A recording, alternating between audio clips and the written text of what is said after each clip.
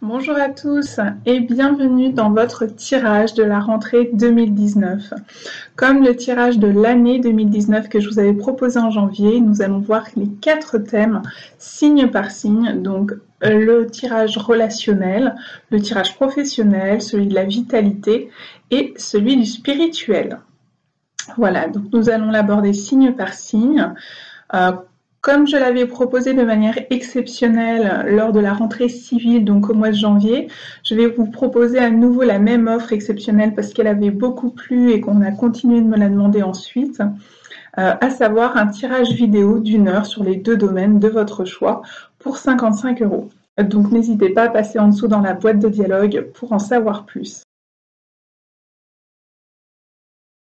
Amis Vierge, bonjour et bienvenue dans le tirage vidéo de votre rentrée des énergies, de votre rentrée 2019.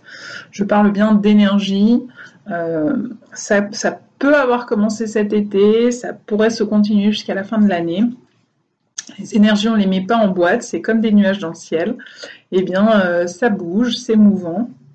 Ça avance et puis ça se forme et ça se déforme en fonction des masses d'air, du vent, du taux d'humidité, etc. Et bien là, chez vous, c'est pareil.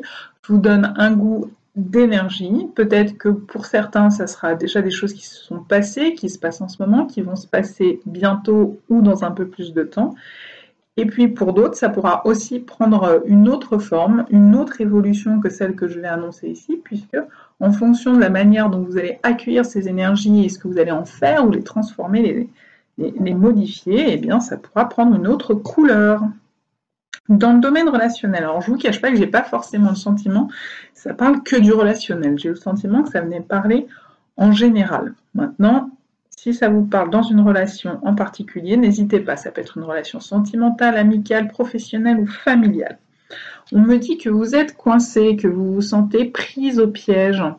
En plus, vous avez les yeux bandés, les mains bandées, on sent que vous ne pouvez pas bouger, vous avez le sentiment d'être comme voilà, prise au piège.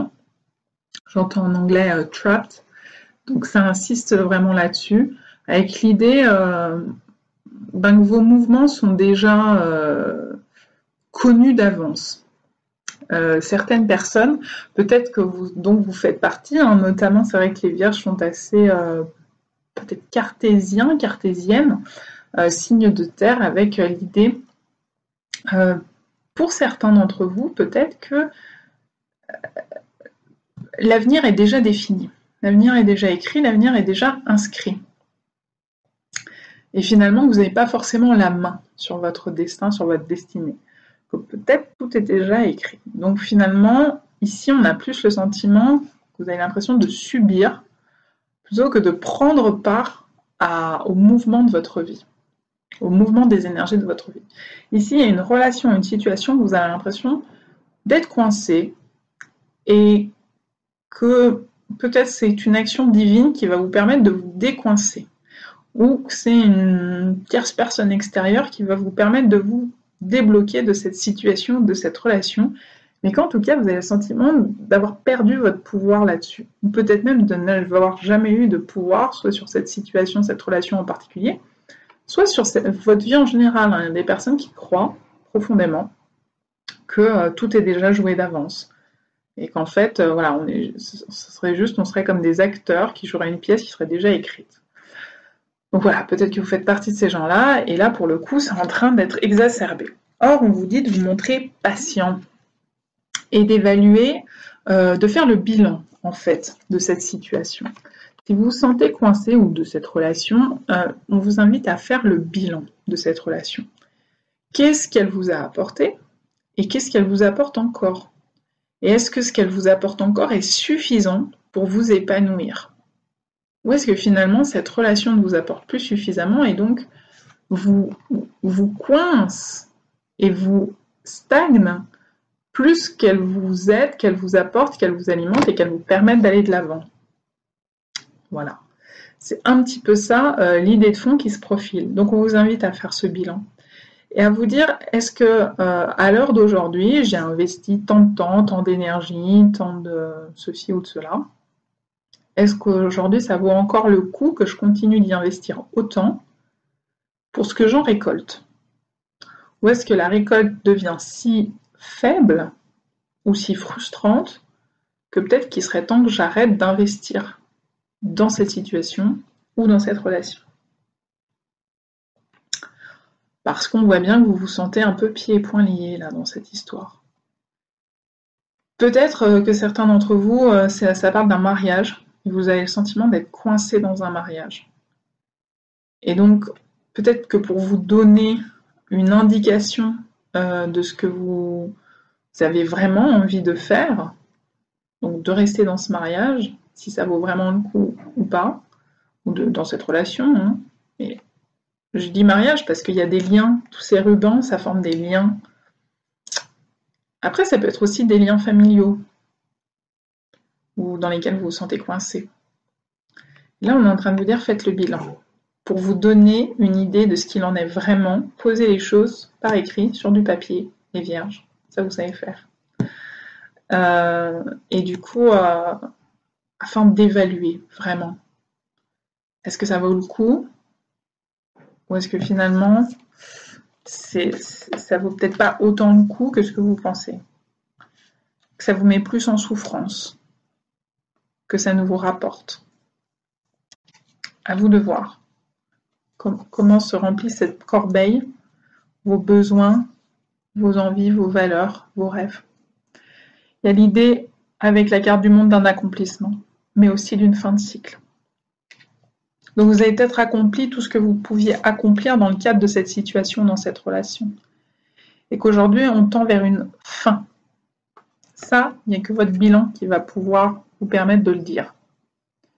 A contrario, en fonction du bilan que certains auraient tiré, la conclusion pourrait être c'est juste une question de patience et de temps. Dans quelques temps, tous ces liens vont se défaire, tous ces blocages vont se lever et ça va aller mieux. Et du coup, ça vaut le coup d'attendre et d'avoir fait ce bilan. Ça vous laisse le loisir de dire non mais l'épanouissement est bientôt là, est à la porte. Donc, je continue de nourrir cette relation, cette situation. C'est ce bilan, c'est de faire ce bilan qui va vous permettre de le savoir. Mais il se peut que certains vont faire le bilan et se dire c'est nécessaire d'y mettre fin, mais ne vont pas le faire rapidement pour autant. Le 7 de Pentacle, ça peut être aussi la lenteur. D'attendre que le fruit pousse sur l'arbre, que l'arbre pousse, que le fruit pousse, que le fruit ensuite mûrisse, etc., etc. Et donc retarder l'échéance de cette fin qui pourtant, quand on fait le bilan, semble évidente. Hein, souvent c'est par peur qu'on retarde l'échéance. Pourtant, derrière, on est en train de vous dire, il y a le page de bâton.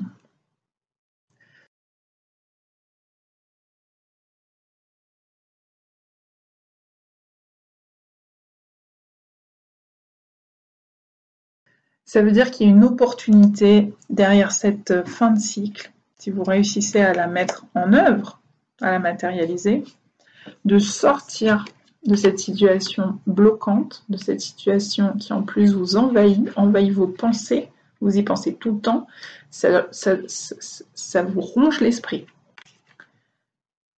Eh bien, c'est possible de sortir de là, parce que le page de bâton, c'est une opportunité d'action. Donc, il y a bien l'idée de quelque chose va prendre fin, et derrière, quelque chose de nouveau va pouvoir rentrer. Mais ça, vous savez, c'est l'histoire du verre, ou du vase, moi j'aime bien dire le vase, mais certains disent le verre, qui est déjà rempli ou pas. Si votre vase il est déjà rempli, eh bien, vous pourrez le mettre dehors pour récupérer encore plus d'eau, ça ne changera rien. L'eau va déborder du vase.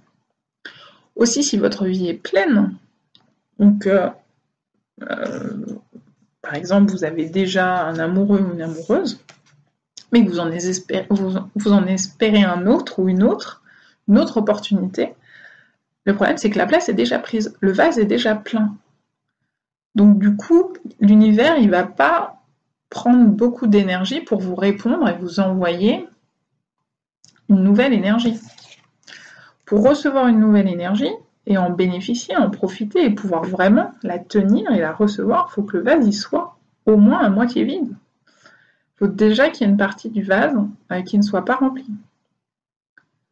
Donc, ce qui veut dire qu'à un moment donné, il va falloir accepter de laisser partir, de vider votre vase pour pouvoir recueillir une nouvelle eau, une nouvelle énergie, quelque chose de nouveau, de neuf, de différent.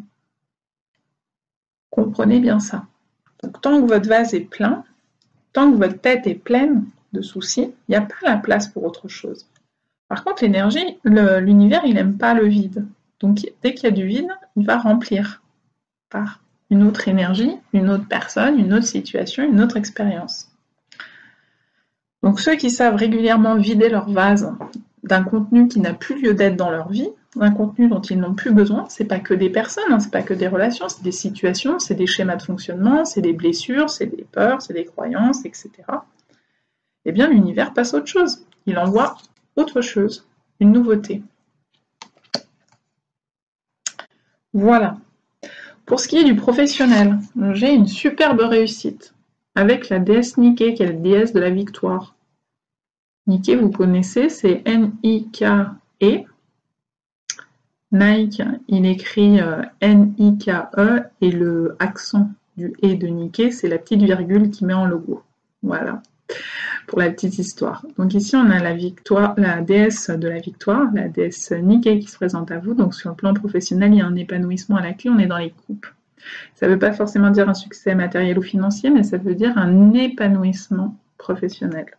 Quelque chose qui vous plaît, quelque chose où vous vous sentez bien, où vous vous sentez heureux, vous vous sentez en réussite, quelque chose qui vous correspond. Et c'est accompagné du 5 de bâton. Je vous mets ma montre droite, et en réalité elle est renversée. Et c'est plutôt une bonne nouvelle, parce que ça signifie que cette victoire, elle peut rentrer dans votre vie parce que vous avez arrêté de vous battre. 5 de bâton à l'endroit, c'est on est dans la compétition. Alors si vous étiez en compétition pour un poste ou pour un diplôme ou pour je ne sais quoi, une place, eh ben vous allez la gagner. Donc vous pouvez baisser les armes, c'est bon, c'est fait, c'est ok. Vous allez l'obtenir. Si vous êtes en compétition pour trouver du travail dans des différents entretiens d'embauche, vous allez l'obtenir. Baissez les armes. Il y a aussi cette autre possibilité qui dit avant vous étiez dans le rapport de force, puis vous avez lâché prise. Vous avez arrêté de vouloir forcer le destin, forcer les choses. Vous avez laissé tomber votre agressivité, votre colère, votre esprit de compétition, votre volonté de vouloir dominer les autres, d'avoir raison, de je ne sais quoi. Vous avez lâché. Vous avez lâché tout ça, vous avez réussi les vierges à lâcher prise. Et à ce moment-là, la victoire, l'énergie de la victoire peut rentrer. Et on me dit la fleur peut fleurir.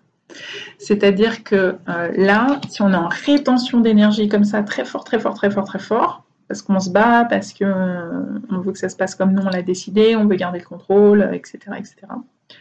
On est dans la rétention des énergies. Puis à partir du moment où on lâche, on dit bon, bah écoute, vaille que vaille, on verra bien ce qui va se passer, il faut que je lâche, de toute façon j'ai pas la main, j'ai pas le contrôle là-dessus. J'ai fait de mon mieux.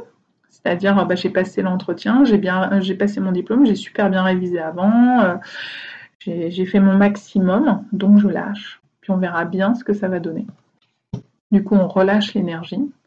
Et l'énergie, elle peut à nouveau passer, elle peut à nouveau circuler. Et du coup, une énergie qui circule, ça peut faire fleurir, vous le savez bien.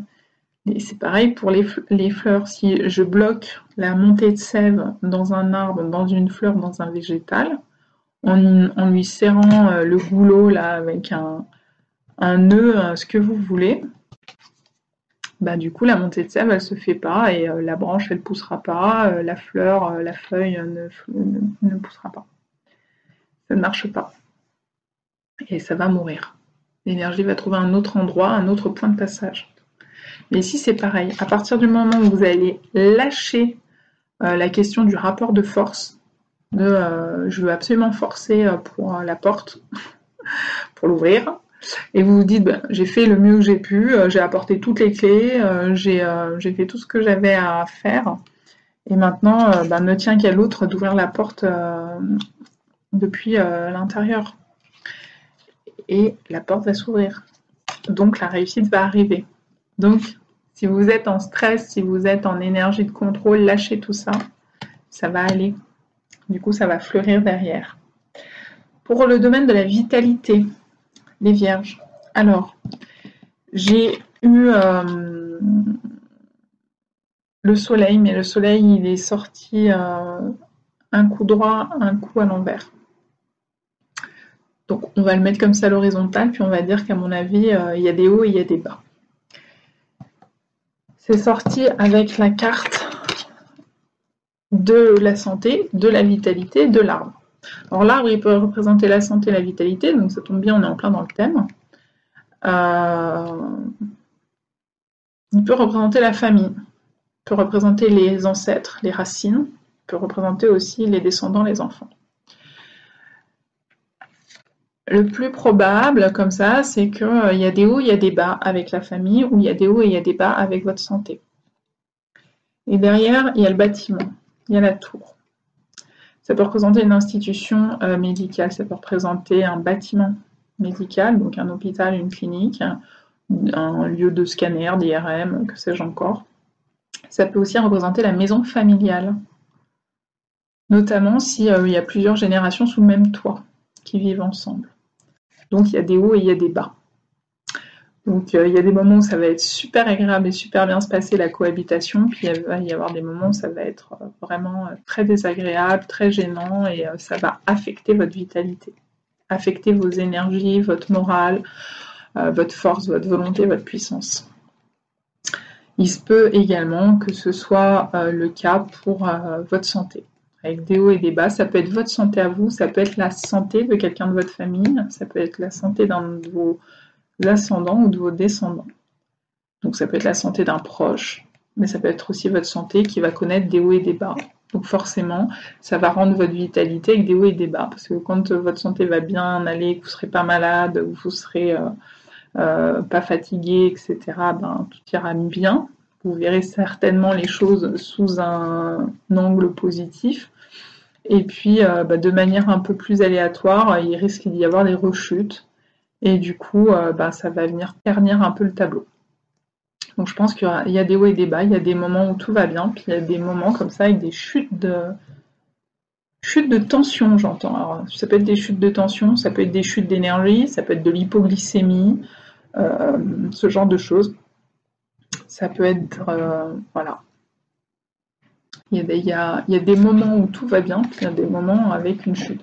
Ça peut être juste une chute de morale aussi. Peut-être dû justement à des questions de famille ou des questions d'habitation de famille ou encore administrative. Alors ça peut être administrative en lien avec la santé, donc avec l'hôpital, si vous avez des bisbilles avec l'hôpital, des ennuis administratifs, juridiques, ça peut avoir une incidence sur votre santé. C'est-à-dire que tant que ça ne se règle pas, ça vous inquiète beaucoup. Quand ça sera résolu, ça ira mieux. Ou vous êtes en attente d'avoir des résultats d'examen ou des résultats d'un conflit. Et puis à partir du moment où vous avez lâché en disant de toute façon j'ai donné toutes les pièces à fournir, j'ai plus qu'à attendre qu'ils prennent leurs décisions et puis qu'ils me contactent, donc du coup ça ira mieux quand vous lâcherez, quoi. C'est un petit peu ça qui risque de se profiler pour vous les vierges. Là, on est en train de me dire que si vous aviez des tensions sur le plan professionnel par le passé, ça va s'améliorer. Mais il y a vraiment quelque chose de l'ordre du bonheur personnel, d'épanouissement personnel au travers le travail ou un projet que vous allez mettre en place ou que vous avez mis en place. Là, vous vous êtes battu pour qu'il voie le jour, ce projet, puis quand il va voir le jour, ça va être merveilleux. Pardonnez-moi les vierges. Décidément.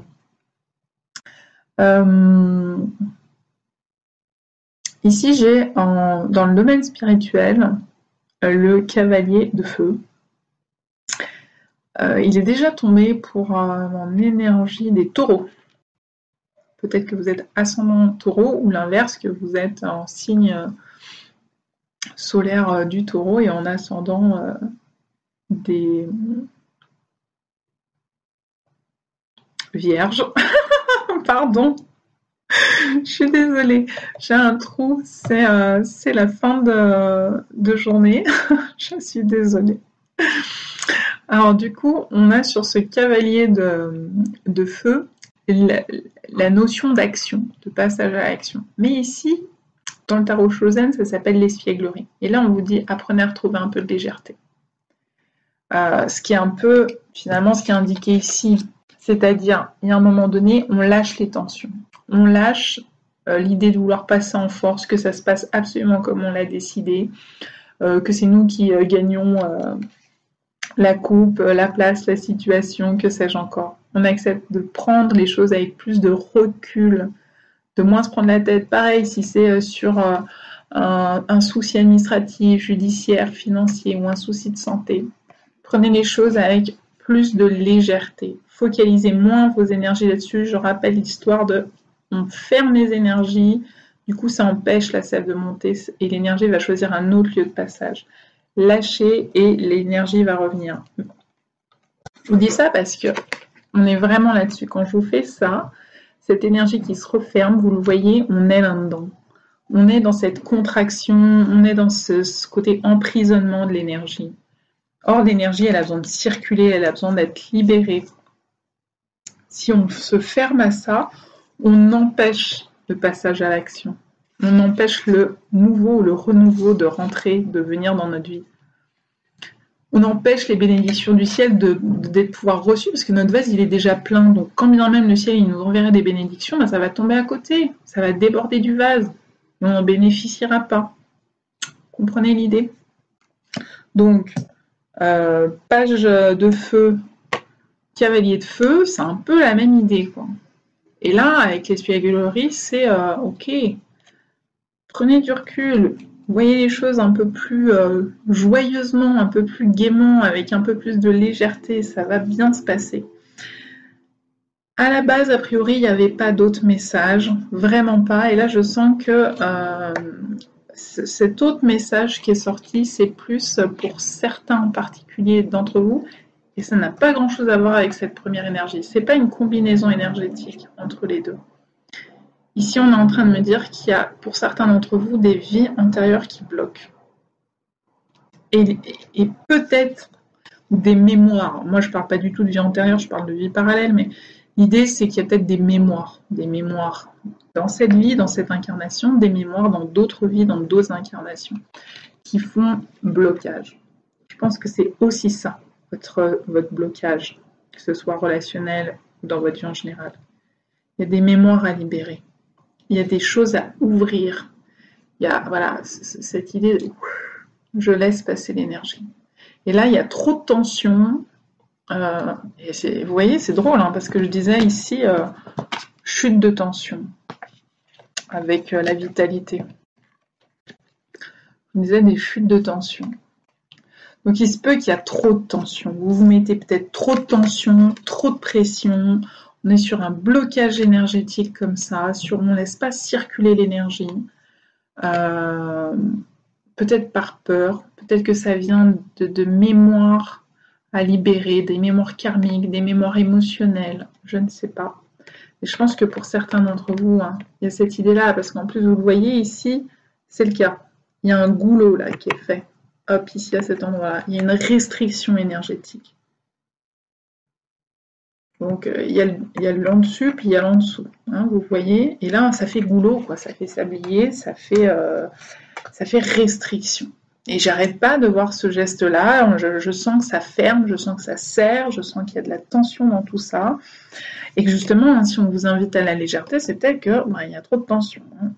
Donc, pour certains d'entre vous, la solution, si vous n'arrivez pas à lâcher prise, si c'est quelque chose qui est trop récurrent, si vous n'arrivez pas à lâcher cet esprit de compétition, cet esprit de rapport de force, cet esprit de vouloir forcer les portes, forcer le destin, forcer les choses, où vous avez le sentiment que de toute façon il n'y a plus rien à forcer parce que plus aucune porte ne s'ouvre, vous voyez ce genre de choses, où de toute façon il n'y a rien qui va s'ouvrir, il n'y a rien qui émerge parce que je suis complètement coincée de toutes parts. Bon, et bien dans ces cas-là, il y a peut-être des mémoires en fait à aller nettoyer.